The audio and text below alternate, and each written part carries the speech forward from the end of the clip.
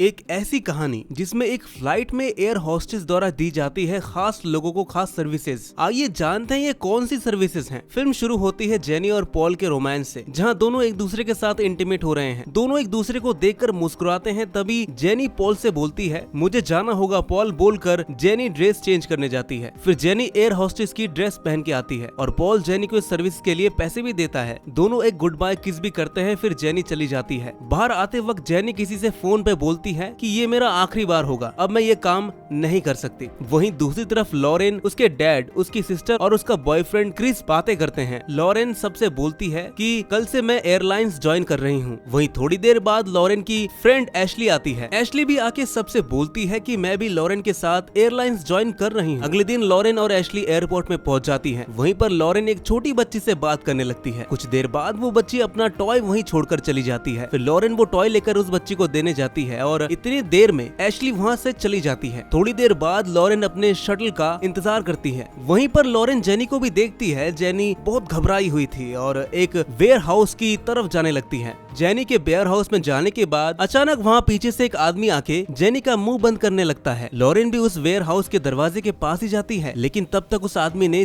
Jenny को मार दिया था। लॉरेन जब दरवाजा खोलने ही वाली थी कि वहाँ एक लेडी हैना अपनी कार लेके आ जाती है। हैना लॉरेन को कार में बैठाकर अपने साथ किसी होटल में ले जाती है। होटल पहुंचने के बाद हैना लॉरेन से बोलती है हमारी एक प्राइवेट एयरलाइन है। इस एयरलाइन में हम अपने खास क्लाइंट्स का ख्याल रखते हैं और उन्हें हर तरह की सर्विसेज देते हैं। अगर तुम्हें अच्छे पैसे कमाने हैं तो तुम इस काम को ज्वाइन कर सकती हो, जिसके बदले में तुम्हें क्लाइंट्स के साथ जाना होगा और उनका ख्याल रखना होगा। हैना बोलती है लॉरेन तुम समझ रही हो ना मैं क्या बोल रही हूँ। लेकिन लॉरेन हैना को बोलती है मुझे इस काम में कोई इंटरेस्ट नहीं है और ना ही मुझे ये काम करना है। लॉरेन के मना करने के बावजूद हैना उसे अपना कार्ड देकर वहाँ से चली जाती है। अगले दिन लॉरेन काम से घर लौटती है। घर पहुंचकर वो देखती है कि क्रिस किसी और लड़की के साथ रोमांस कर रहा है। ये देखकर लॉरेन गुस्सा होकर वहाँ से जाने लगती है। क्रिस लॉरेन को समझाने की कोशिश करता है, लेकिन लॉरेन उसकी बात नहीं मानती और दोनों का झगड़ा होने लगता है। दूसरी तरफ लॉरेन एशली को क्रिस और हैना के बारे में बताती है। एशली लॉरेन को बोलती है कि क्रिस तुम्हें डिजर्व नहीं करता। इसी बातचीत के दौरान लॉरेन को हैना का कार्ड याद आता है और वो अपने पर्स में से हैना का कार्ड निकालती है। एशली लॉरेन से बोलती है अगर तुम इस काम के लिए तैयार हो तो मैं भी तुम्हारे साथ चलूंगी। अगले ही दिन लॉरेन और एशली हैना से मिलने के लिए चले जाते हैं। हैना उन दोनों को एक प्लेन से किसी अनजान जगह ले जाती है। वहाँ वो दोनों फ्रैंकलिन और उसके बेटे एरिक से मिलती है। फ्रैंकलिन ही प्राइवेट प्लेन सर्विसेज का मालिक है।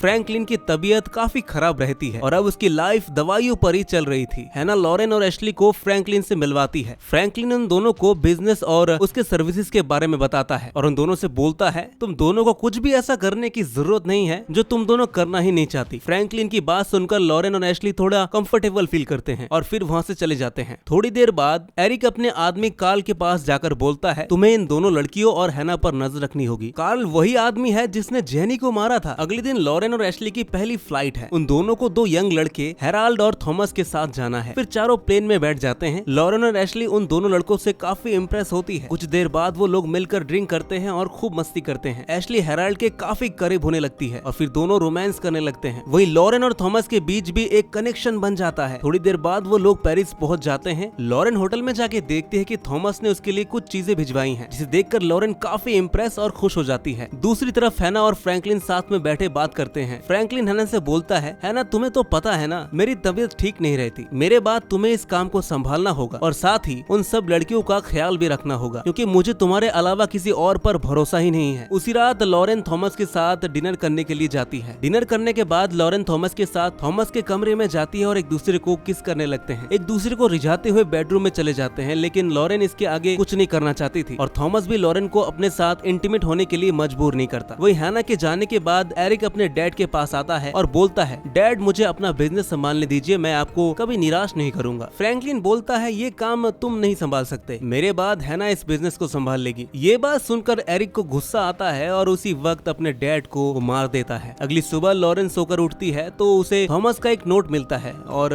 ढेर सारी कैश भी। इतने सारे पैसे देखकर लॉरेन बहुत खुश हो जाती है, जिसके बाद लॉरेन हर रोज नए क्लाइंट्स के साथ डेट पर जाती है और ढेर सारा पैसा कमाती है। कुछ दिनों बाद लॉरेन की एक फ्लाइट होती है। इस बार हेराल्ड के साथ पॉल था। फिर रात को जब लॉरेन और पॉल होटल जाते हैं तो पॉल उसे जबरदस्ती किस करने की कोशिश करता है। वो लॉरेन को अपने कमरे में जबरदस्ती खींच लाता है और लॉरेन पॉल को मारकर वहाँ से भाग जाती है। वहाँ से निकलने के बाद लॉरेन सीधा हैना को फोन करती है। थोड़ी देर बाद हैना लॉरेन के पास होटल में पहुँच जाती है। लॉरेन रो रही थी और हैना उसे शांत होने को बोलती है। फिर हैना लॉरेन को एक चाकू देती हुए बोलती है अपनी सेफ्टी के लिए चाकू हमेशा अपने पास रखना। लॉरेन कुछ दिन अपने काम से छुट्टी लेकर थॉमस से मिलने जाती है और थॉमस को अपने साथ हुए हर इंसिडेंट के बारे में बता देती है। वहीं थॉमस लॉरेन को पसंद करने लगता है। इसी मौके पर थॉमस लॉरेन को प्रपोज कर देता है। लॉरेन बहुत खुश हो जाती है और दोनों एक दूसरे को किस करने लगते हैं। फिर वो दोनों होटल में थॉमस के कमरे में जाते हैं और रोमांस करने लगते हैं। कुछ देर बाद थॉमस लॉरेन से बोलता है लॉरेन तुम ये काम छोड़ और मैं तुम्हारी सारी जिम्मेदारी उठा लूंगा और साथ ही तुम्हारी सारी फाइनेंशियल प्रॉब्लम्स भी सॉल्व कर दूंगा। लॉरेन ये सुनकर बहुत खुश हो जाती है और फिर अगले ही दिन वो हैना को फोन करके बताती है कि अब ये काम मुझे नहीं करना, मैं इस काम को छोड़ना चाहती हूँ। हैना लॉरेन की ये बात सुनकर खुश नहीं थी और बोलती है मैं एरिक से बात करके बताती हूँ। कुछ देर बाद हैना लॉरेन के बारे में एरिक से बात करती है। एरिक हैना की बात सुनकर गुस्सा हो जाता है और बोलता है लॉरेन के क्लाइंट से हमें बहुत सारे पैसे मिलते हैं, लॉरेन इस जॉब को नहीं छोड़ सकती। हैना तुम्हें जो करना है तुम करो, लेकिन लॉरेन को ये काम करना ही होगा। हैना एरिक से बोलती है लॉरेन की अपनी लाइफ है तो ये फैसला भी उसे ही करना होगा, लेकिन एरिक हैना को धमकी देता है और बोलता है अगर लॉरेन हमारे लिए काम नहीं करेगी तो मैं उसे अपने तरीके से हैंडल कर लूंगा जैसे मैंने जेनी को हैंडल किया था। एरिक की बात सुनकर हैना को पता चल जाता है कि एरिक ने ही जेनी को मारा था। हैना एरिक को पुलिस की धमकी देकर वहाँ से जाने लगती है और एरिक पीछे से हैना के सर पर मार कर उसे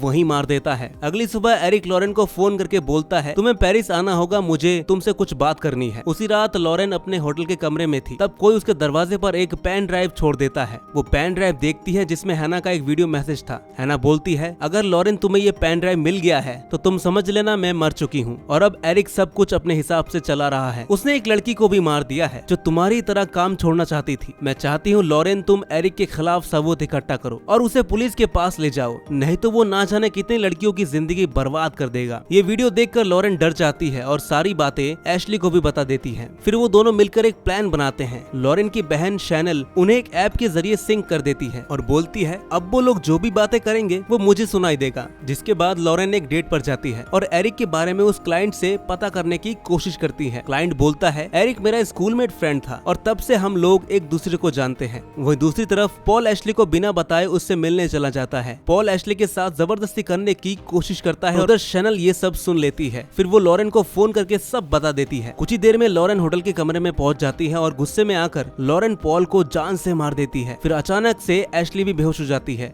मदद के लिए लॉरेन थॉमस को फोन करके बुलाती है। दोनों मिलकर एशली को हॉस्पिटल में एडमिट करवा देते हैं। फिर थॉमस लॉरेन को अपने कार से कहीं ले जाता है। जाते वक्त थॉमस बोलता है मैं तुम्हें अपने एक दोस्त के पास ले जा रहा हूँ, वो सब कुछ ठीक कर देगा। थॉमस लॉरेन को एक प्लेन में ले जाता है जहाँ लॉरेन एरिक को देखकर चौंक जाती है। थॉमस बोलता है लॉरेन सब ठीक हो जाएगा और एरिक मेरा बचपन का दोस्त है। लेकिन एरिक लॉरेन को मारने लगता है और थॉमस से बोलता है लॉरेन मुझे जेल भिजवाना चाहती है। इतने में एरिक अपनी बंदूक निकाल लेता है और जैसे ही वो लॉरेन को गोली मारने वाला था, थॉमस लॉरेन को बचाने के लिए उससे लड़ने लगता है। मौका देखकर लॉरेन वहाँ से भाग जाती है और अपने घर पर फोन करती है। वहीं एरिक कार्ल को लॉरेन की फैमिली को मारने के लिए भेज दिया था। एरिक और थॉमस की लड़ाई में एरिक थॉमस को गोली मार देता है और प्लेन से बाहर आकर लॉरेन को ढूंढने लगता है। दूसरी तरफ लॉरेन के डैड और उसकी बहन अपने जान बचाने के लिए कार्ल से लड़ते हैं और कार्ल को मार ही देते हैं। इधर एरिक भी लॉरेन को ढूंढ लेता है और जैसे ही एरिक उसे गोली मारने वाला था, लॉरेन हैना का दिया हुआ चाकू निकाल लेती है और एरिक के सीने में घोंप देती है और एरिक वहीं मर जाता है। फिर लॉरेन दौड़कर थॉमस के पास जाती है। कुछ देर बाद थॉमस भी मर जाता है। अब कई महीनों बाद लॉरेन अपनी फैमिली और फ्रेंड्स के साथ काफी खुश नजर आ रही होती है। और दोस्तों इसी के साथ ये कहानी खत्म हो जाती है। तो दोस्तों कैसी लगी आपको एक कहानी कमेंट में जरूर बताइए और ऐसी अजब गजब मूवीज के लिए हमारे चैनल को सब्सक्राइब जरूर करिए।